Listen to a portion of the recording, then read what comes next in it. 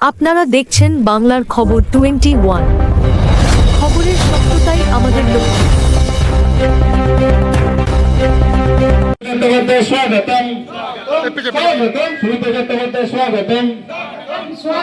যার জন্য আমাদের এতক্ষণের প্রতীক্ষা, আমার বক্তব্য দীর্ঘ করব না।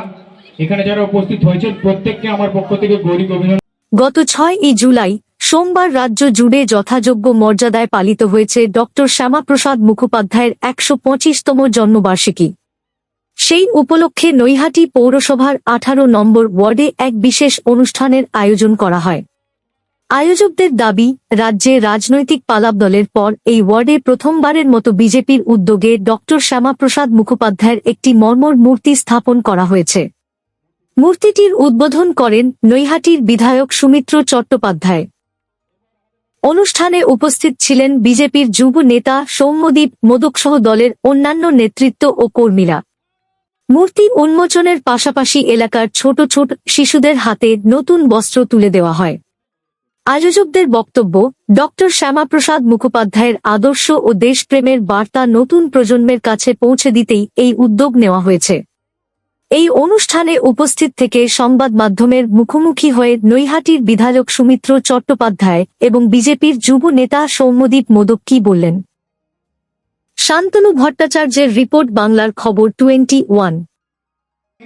ভারত কেশরী ডক্টর শ্যামাপ্রসাদ মুখার্জি আজকে 125তম জন্মজয়ন্তী।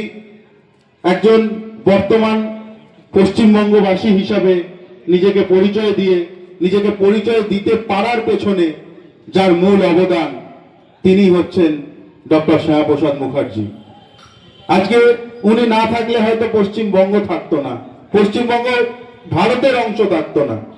সুতরাং এখনো পর্যন্ত ভারত কেশরী ডক্টর শ্যামাপ্রসাদ মুখার্জির জন্যই আমরা নিজেকে একজন পশ্চিমবঙ্গবাসী হিসাবে গর্ব করে বলতে পারি আমরা পশ্চিমবঙ্গবাসী। নিশ্চয়ই আপনারা জানেন, মাস্টারমশাই হয়তো ভালো করেই জানেন, শ্যামাপ্রসাদ মুখার্জি শুধু পশ্চিমবাংলাকেই ইস্ট পাকিস্তানের থেকে, মানে পূর্ব পাকিস্তানের থেকে আলাদা করেছেন তা নয়। শ্যামাপ্রসাদ মুখার্জি আমাদের বাংলা ভাষাকেও একবার সম্মান জানিয়েছিলেন 1937 সালে, যখন কনভোকেশন হয় ক্যালকাটা ইউনিভার্সিটিতে। সেখানে উনি বাংলা ভাষায় কনভোকেশন করেছিলেন এবং রবীন্দ্রনাথ ঠাকুরকে সেই অনুষ্ঠানের প্রধান অতিথি হিসেবে ডেকেছিলেন।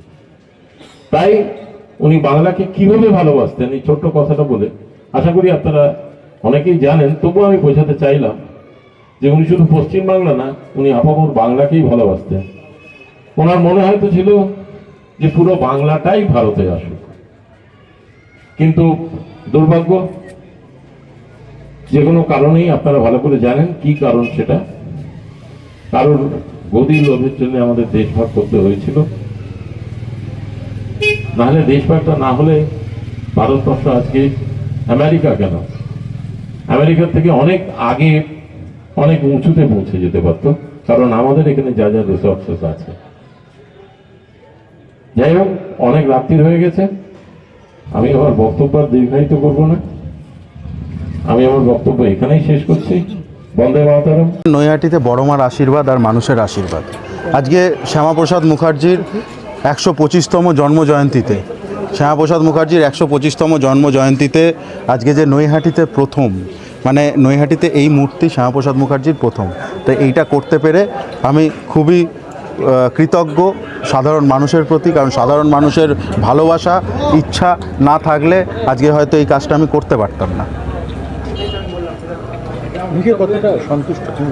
অবশ্যই সন্তুষ্ট। অ্যাকচুয়ালি আমাকে একজন জিজ্ঞেস করছিল যে শ্যামাপ্রসাদ মুখার্জি তো আগেও অনেক সরকার এসেছে, তো তারা তো শ্যামাপ্রসাদ মুখার্জির জন্মজয়ন্তীটা এরমভাবে পালন করেনি, বা শ্যামাপ্রসাদ মুখার্জির জন্মজয়ন্তীটা এই বিশেষ দিন হিসাবে, ছুটি হিসাবে পালন করেনি। আমি তাদেরকে বলেছি এটা আমার দুর্ভাগ্য এবং তাদের ব্যর্থতা যে সেই সরকার শ্যামাপ্রসাদ মুখার্জি মানে ভারত কেশরী, যিনি হচ্ছেন এই পশ্চিমবঙ্গের রূপকার, বর্তমানে আমরা পশ্চিমবঙ্গবাসী হিসাবে নিজেদের দাবি করতে পারছি, পশ্চিমবঙ্গটাকে ভারতের অংশ হিসাবে আমরা দেখতে পাচ্ছি, যার জন্যে তার প্রধান কারণ হচ্ছে ডক্টর শ্যামাপ্রসাদ মুখার্জি। কেন আগামী দিনে কি পড়ুয়ারা ডক্টর শ্যামাপ্রসাদ মুখার্জির এই জীবনী বহন করবে? অবশ্যই পড়বে, অবশ্যই বহন করবে, কারণ এতদিন পড়ুয়ারা শুধু বিকৃত ইতিহাস পড়ে এসেছে, মানে যারা ভারতকে লুট করেছে তাদের ইতিহাস পড়ে এসছে, কিন্তু ভারতের আসল নায়ক যারা ছিল তাদের ইতিহাস কিন্তু এতদিন ধরে পড়ুয়ারা পড়েননি। আমার দৃঢ় বিশ্বাস ভারতীয় জনতা পার্টির সরকার বাংলায় গঠন হয়েছে, বাংলায় শিক্ষা ব্যবস্থার উন্নতি ঘটবে এবং বাংলার পড়ুয়ারা, বাংলার শিশুরা এবং বাংলার আগামী দিনের ভবিষ্যৎরা বাংলার ইতিহাস সম্পর্কে জানবেন, বাংলার আসল নায়কদের সম্পর্কে জানবেন। কেন শ্যামাপ্রসাদ মুখোপাধ্যায়কে আড়ালে রাখা হয়েছে? কেন শ্যামাপ্রসাদ মুখার্জিকে আড়ালে রাখা হয়েছে এর পেছনেও বললাম তো, এটা ব্যর্থতা সেই সরকারের, যেই সরকার শ্যামাপ্রসাদ মুখার্জির মতো ব্যক্তিত্বকে, শ্যামাপ্রসাদ মুখার্জি যার জন্য আজকে পশ্চিমবঙ্গ, তাকে সম্মান করতে পারেননি, তার যোগ্য সম্মানের জায়গায় তাকে নিয়ে যেতে পারেননি। এটা আমাদের ব্যর্থতা নয়, এটা সেই সরকারের ব্যর্থতা। আমার নাম সৌম্যদীপ মতো। দাদা, এই প্রথম নৈহাটি বিধানসভাতে ডক্টর শ্যামাপ্রসাদ মুখার্জির অবক্ষ মূর্তি স্থাপন হলো, তবু আবার তার জন্মশতবার্ষিকী, কী বলবেন?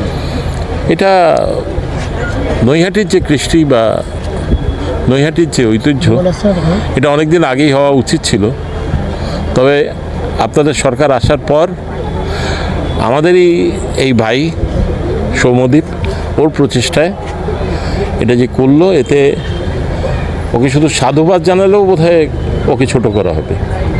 এই উদ্যোগটা নৈহাটিবাসী যেন মনে রাখে। তা যেভাবে শ্যামাপ্রসাদ মুখার্জির জন্মদিন পালন করা হয়নি, কিন্তু বিগত দিনের সরকার করতে দেয়নি, কিন্তু বর্তমানে রাজ্য করতে দেয়নি নয়, করতে চাইলেই করতে পারা যেত। কিন্তু আমাদের ইতিহাসে, আমি যেটা বললাম একটু আগে, আমাদের ইতিহাসে শ্যামাপ্রসাদ মুখোপাধ্যায়ের যা অবদান, সেইটা আমাদের পড়ানোই হয়নি। আসলে না জানলে আমরা কি করে কি করব। আমরা নিজেরা জেনেছি, আমাদের সরকার আসার পর আমরা লোকদের জানিয়েছি, তাই মানুষ জেনেছেন আজকে তার অস্তিত্ব, তার ভিত্তি কোথায়। তাই জন্যই আজকে আমরা 6 জুলাই পালন করলাম। আপনি বলুন না, লাস্ট 50 বছরে 6 জুলাই কবে পালন করা হয়েছিল? আগামী দিনে পাঠ্যপুস্তকে তার ইতিহাস আমার এটা স্থির বিশ্বাস। যেমন বঙ্কিমচন্দ্র চট্টোপাধ্যায় শুধু বন্দে মাতরম লিখেছেন, এইটুকুই ইতিহাস বইতে আছে, এর বাইরে কিন্তু কিছু নেই। তেমনি শ্যামাপ্রসাদ মুখোপাধ্যায়ের জন্য যে আমরা পশ্চিমবাংলা পেয়েছি, এটাও লেখা ছিল না। তো আমার স্থির বিশ্বাস আপনাদের সরকার আসার পর ইতিহাস বইয়ের পুনর্বিন্যাস হবে, সত্য ঘটনা মানুষ জানতে পারবে। শুধু যে বাবর, আকবর এরা ছিল তা নয়, আমরা কিভাবে এলাম, আমরা কিভাবে পশ্চিমবাংলা পেলাম, এটা নিশ্চয়ই জানতে পারবে।